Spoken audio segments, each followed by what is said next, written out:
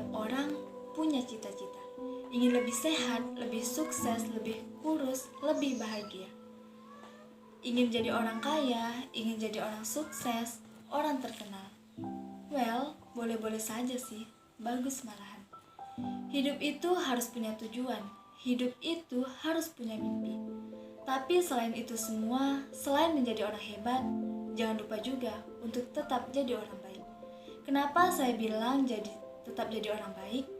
Karena pada dasarnya, setiap orang yang lahir di dunia ini, mereka lahir sebagai orang yang baik, lahir sebagai orang yang punya hati, punya empati. Dan tidak ada satupun manusia yang lahir sebagai orang cuek dan jahat. Tapi kadang tanpa kita sadari, lingkunganlah yang membuat kita berubah.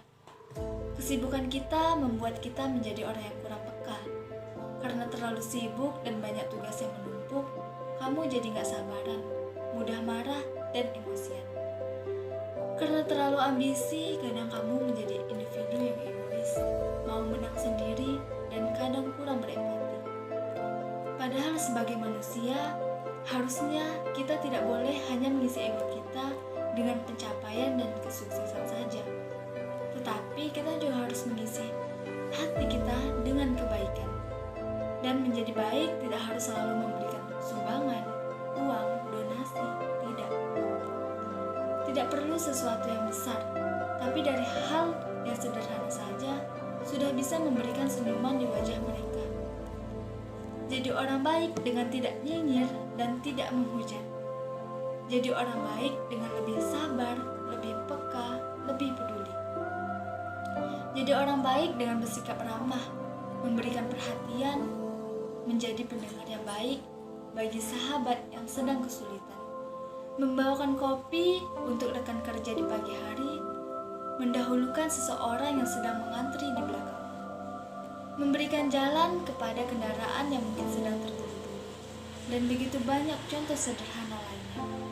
Ya, memang semua itu bukan sesuatu yang harus kamu lakukan. Itu bukan kewajiban, tapi itu adalah kesempatan untuk kamu melakukan kebaikan. Setiap hari adalah kesempatan untuk kamu menjadi berkat. Coba deh ingat-ingat lagi. Di dalam hidupmu, kamu pasti pernah mendapatkan kebaikan. Baik itu dari orang yang dikenal maupun dari orang yang tidak dikenal. Baik itu bantuan yang kamu minta maupun bantuan yang datang tidak terduga. Lalu apa yang kamu lakukan dengan kebaikan itu? Kebaikan itu bukan untuk dibalas. Kebaikan itu untuk diteruskan. Diteruskan ke orang berikutnya, diteruskan ke siapa saja. Walaupun mungkin kamu tidak bisa berbuat baik ke semua orang, tapi kamu bisa berbuat baik ke orang-orang yang Tuhan taruh di dalam hidupmu. Orang-orang yang ada di kanan kirimu, wajah-wajah yang kamu temui setiap harinya di dalam hidupmu. Tuhan memberikan kamu hidup bukan karena kamu membutuhkannya, tapi karena ada orang-orang lain yang membutuhkanmu.